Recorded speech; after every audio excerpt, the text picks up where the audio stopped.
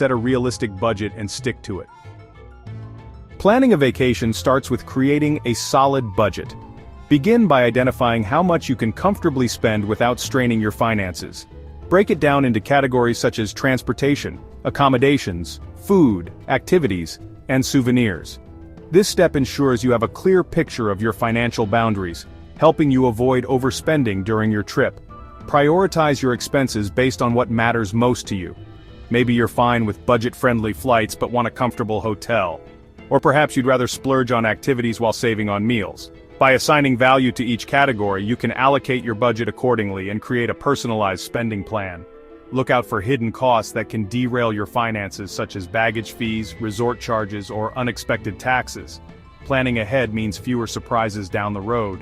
Keep a buffer in your budget for emergencies or spontaneous experiences, giving you peace of mind while you travel. Sticking to your budget doesn't mean sacrificing fun. It's about making mindful choices.